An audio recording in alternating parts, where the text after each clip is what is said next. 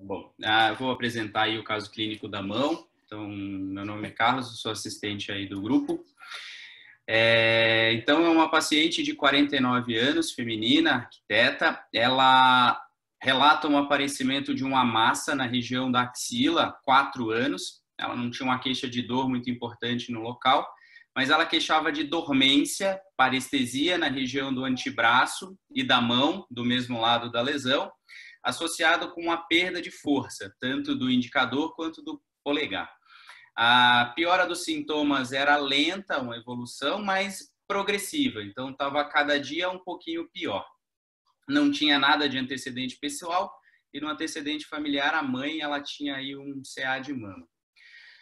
No exame físico, a gente conseguia palpar esse nódulo na axila. Na palpação ele era um pouquinho doloroso, era móvel, fibroelástico. A sensibilidade, a paciente apresentava uma hipoestesia aí na região volar do segundo, terceiro e na borda radial do quarto dedo, no dorso do segundo, terceiro e na borda radial do quarto dedo.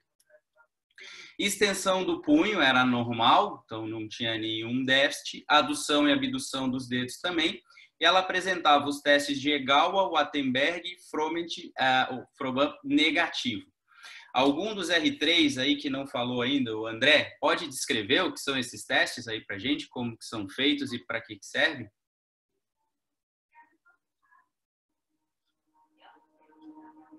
Fala, professor. O Egawa, que eu vendo, quando a mão está do jeito que tá na foto aí, por exemplo, em extensão, você tem a elevação do terceiro dedo e consegue fazer a lateralização dele. Não sei se abdução. Adução é abdução, né? Isso, perfeito. O Wattenberg?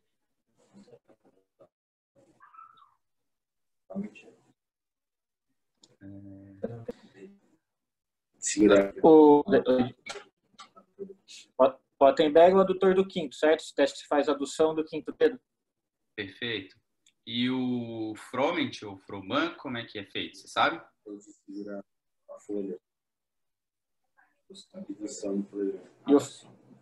É do segurar da folha? O Front é do... Você tem que fazer a adução do polegar, certo? Abrir e fechar. No caso, você vai fazer a adução, né?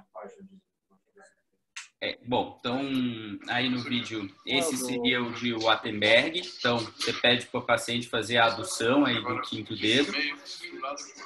O Egawa é esse teste que você falou mesmo. Você pede para lá levar um pouquinho o terceiro dedo e fazer a lateralização dele, a adução e a abdução. Ela tinha um pouco mais de dificuldade, mas conseguia fazer. E o Froment, você pede para a paciente segurar uma folha entre os dedos, né, com o dedo em extensão. Isso a gente está testando no ulnar. Se ele é positivo, a paciente com déficit de ulnar, ela tem uma tendência de dobrar a ponta do dedo e usar o mediano para poder fazer isso. No caso da paciente, ela conseguia fazer, então, teste negativo. Esses exames, eles são para lesão do ulnar, então, aparentemente, o ulnar aí estava bom, estava funcionando. No exame físico ainda ela apresentava um déficit de força de flexão profundo do segundo dedo e do polegar. Então a gente percebe que ela tinha persistência da flexão, estava mantida, mas com uma força diminuída. Já o terceiro, o quarto e o quinto dedo já estavam mais normais. O teste de Benediction era negativo, não é muito bem isso. Na verdade, ele é parecido com o Froment, só que você pede para o paciente segurar um objeto fazendo a pinça, então com a flexão do polegar e do segundo dedo. Então a gente percebe que ela até conseguia fazer, mas ela tinha uma força da pinça diminuída. Então, juntando esse histórico aí que a paciente tinha, então esse nódulo, esse déficit de sensibilidade, essa diminuição de força. André, você pensa em algum diagnóstico? Você pensaria em alguma coisa?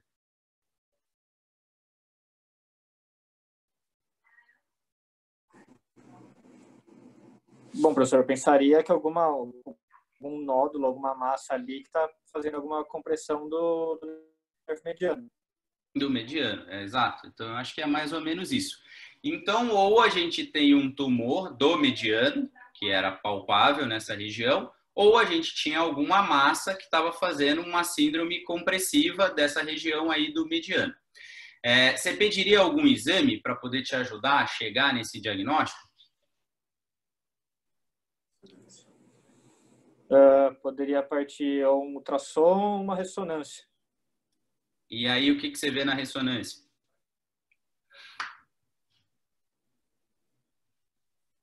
Poderia ver se tem alguma massa, alguma lesão, alguma zona de compressão na região do nervo mediano. Exato. Então, o que a gente observa aí na ressonância é que você tinha uma lesão ali, né? Dá para ver nas duas imagens, bem no território do nervo mediano mesmo.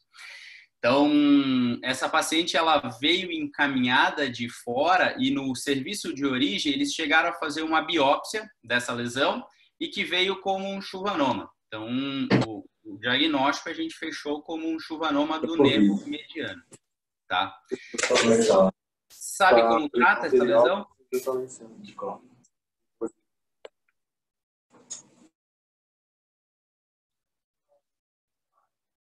André, a conduta, você sabe? Professor, seria tentar fazer a descompressão, mas não sei, sinceramente, não sei dizer especificamente o tratamento. Bom, o tratamento dessas lesões ele é cirúrgico, tá? Então você precisa abordar e ressecar essa lesão. Então aí está mostrando a imagem da cirurgia, da via de acesso. Na imagem da direita a gente consegue ver o tumor ali, né? Localizado ainda em loco. E o tratamento que a gente faz é ressecar mesmo o tumor. Junto com o tumor, a gente acaba ressecando ainda algumas fibras nervosas que estão ali junto. Então, como na foto ali, dá para a gente perceber que ficou um filetinho do mediano, uma parte ainda bem fininha, alguns fascículos, mas boa parte do mediano a gente acaba tendo que arrancar junto com a lesão. Então, ela acaba saindo junto com a lesão. Então, a gente fez uma eletroestimulação no intraoperatório e a gente percebia que esse fascículo do mediano que ficou, ele ainda gerava algum impulso nervoso, ainda estava passando, então a paciente ainda mantinha algum grau de flexão ali do dedo. A gente percebe que era mais forte do terceiro, do quarto e do quinto, o polegar e o segundo um pouco menos, tá? Então, após a ressecção dessa lesão, a gente faz a enxertia dessa região. Então, tinha o cutâneo lateral ali do antebraço, passa ali próximo, a gente resseca ele e usou como enxerto para poder fazer a reconstrução dessa região aí do mediano. Então, após isso, a paciente, a biópsia confirmou realmente que era um schwannoma. Após 3 semanas, ela foi encaminhada para o setor de reabilitação do hospital. Ficou 6 meses tratando, reabilitando com fisioterapia. E esse foi o resultado depois de 6 meses. Então, a gente percebe que ela mantia a flexão do terceiro, do quarto, quinto dedo, mas o flexor profundo do segundo e o polegar estava bem alterado. Então, só para voltar um pouquinho para entender melhor o quadro, falar um pouquinho da anatomia do mediano. Então, o mediano, ele é um nervo ali do final do plexo braquial, ele recebe contribuição dos fascículos ali, tanto lateral quanto medial. E aí, na região do antebraço, a gente vê que o mediano, se a gente fizer um corte transversal do mediano, ele tem fascículos com diferentes funções. Então, tem uma parte importante que é sensitiva, que pega mais essa região posterolateral. Tem algum grupo de fascículo ali para o palmar longo, flexor radial do carpo, para o pronador redondo e para o nervo interósseo anterior. E aí, sendo que o nervo interósseo anterior, ele vai fazer principalmente a flexão profunda dos dedos, principalmente do segundo e do terceiro dedo, flexor longo do polegar e uma parte do pronador quadrado. Então, a lesão desse interósseo, a falta de recuperação desse interósseo aí no nosso caso, faz com que o paciente tenha uma perda de força tanto do flexor longo do polegar quanto do flexor profundo do segundo dedo. Bom, e aí o que a gente tem para fazer na literatura, existem alguns artigos, e isso baseado depois da publicação do Oberlin, que a gente usa nervo que está bom, que está funcionando, para um nervo que não está funcionando muito bem. Então, esse artigo ele descreve a transferência de um fascículo do nervo radial, o ramo que vai para o extensor radial do carpo, para fazer a reinervação do nervo interósseo anterior. E dessa maneira a gente consegue melhorar tanto a flexão do polegar quanto a flexão do segundo dedo. Então, a ideia dessa cirurgia é a gente pegar um nervo que está bom, que está funcionando, que recebe contribuições de outras raízes nervosas.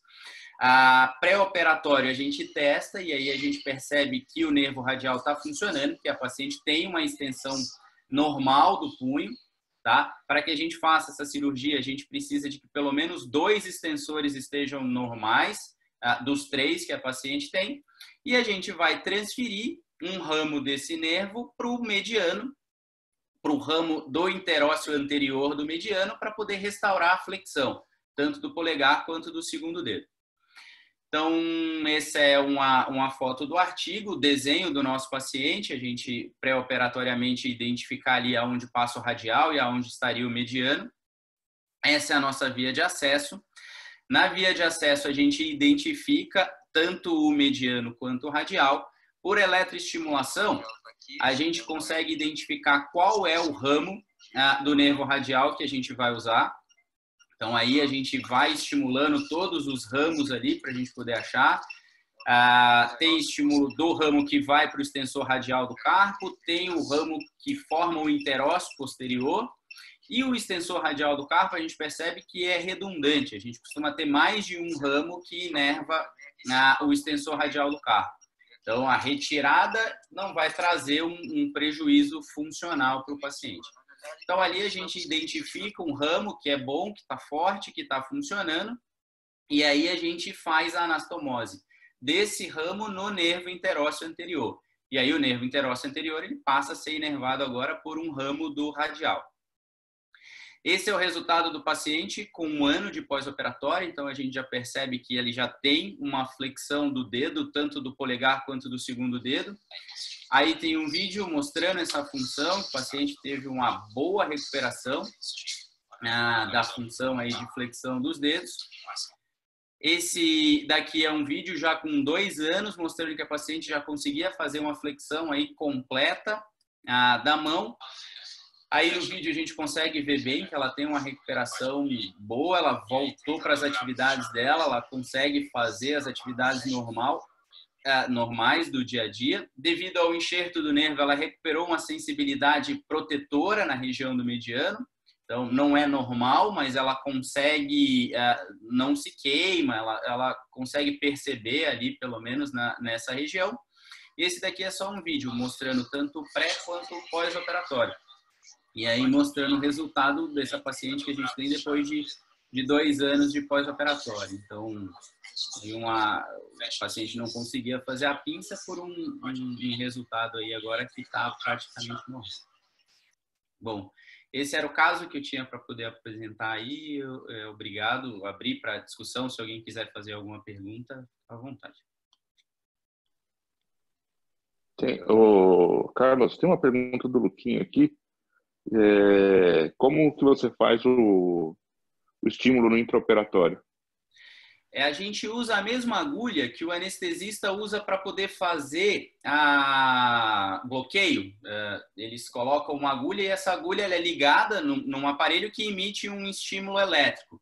Então, a gente dosa a quantidade de ampere que a gente quer, a gente usa um ampere baixo e isso gera um estímulo elétrico. Essa agulha é estéreo e a gente consegue colocar ela no nervo onde a gente quer fazer o estímulo. Isso tem no hospital. Doutor Edson levantou a mão aí, doutor Edson? Pode fazer a pergunta. Bom, o resultado foi excelente, né? Até surpreendente. Claro que eu vou fazer uma pergunta de leigo, de besta, vamos dizer assim. uma tenodese dos outros flexores não ia ter não se pensa em fazer uma coisa mais simples, vamos dizer, para quem não tem esse preparo que vocês têm. Sim, professor, é uma possibilidade de fazer uma tenodese junto. A vantagem de fazer a transferência nervosa é conseguir dar independência dos dedos, né? Então, você consegue ver que a paciente faz a pinça, faz a flexão do polegar com o segundo dedo, independente de usar os outros dedos. Então, isso, para dia a dia, isso é melhor para o paciente, mas não se fazendo a transferência nervosa, a transferência tendínea também funciona e também tem resultados aceitáveis, sim, na literatura, sem dúvida. Perfeito, obrigado. Imagina.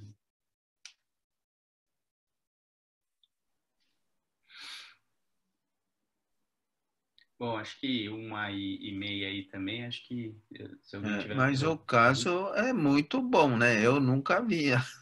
A gente sempre vê essas transferências aí e fala, ficou, né? Ficou meia boca, mas ficou. Mas esse caso, nossa, essa surpreendente. transferência tem um resultado bom, professor, assim, na literatura é bom e a gente tem uma experiência, o grupo tem, o Dr. Álvaro tem mais experiência, tem 3 casos com um resultado bem surpreendente. Inclusive, dá para usar para as lesões baixas do plexo braquial com um resultado funcional bem bacana. Então, a gente pensa até publicar essa casuística aí que a gente tem, já que as séries na literatura, a maior que a gente achou, tem 4 casos. Então, a gente tem 3, a gente está escrevendo para tentar publicar isso aí também. Perfeito, ótimo. E o tempo para evolução parece que é um tempo longo, né? Então, depois que faz essa transferência, como é feita essa reabilitação e o tempo para ver esse resultado? Então, assim, normalmente 3 semanas o paciente fica parado mesmo, sem nada, e após a primeira semana, que a gente sabe que o nervo ele cresce em torno de 1 milímetro por dia. Então, a gente espera resultado entre 9 meses e 1 ano de cirurgia para a gente poder começar, assim. Então, é longo, é reabilitação a longo prazo, sem dúvida nenhuma.